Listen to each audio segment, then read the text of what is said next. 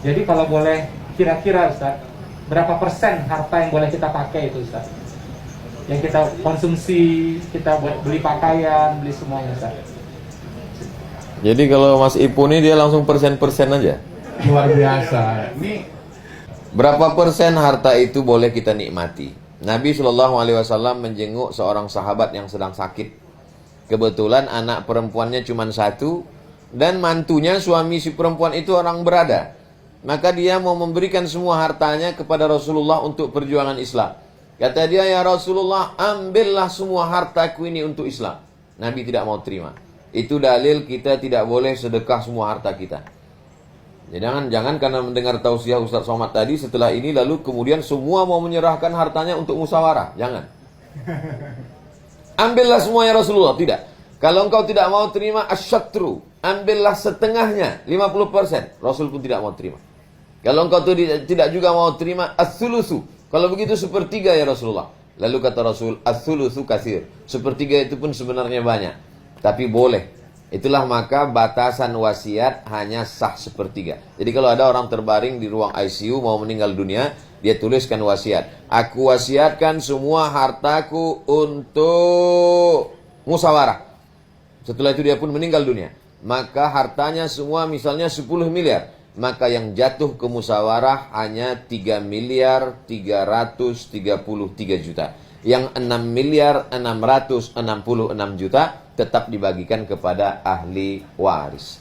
Ini tentang harta.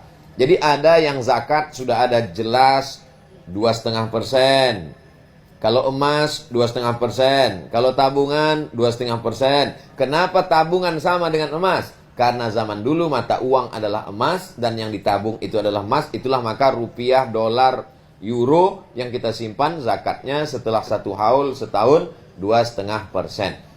Bukan 25%, 2,5%. Kalau 1 juta 25 ribu, kalau 10 juta 250 ribu, kalau 1 miliar 2,5 juta. Mudah-mudahan kalau 100 juta 2,5 juta, kalau 1 miliar 25 juta. Maka inilah semua yang kita berikan untuk agama Allah Subhanahu wa taala. Lalu kemudian ada pun hibah, aibah boleh.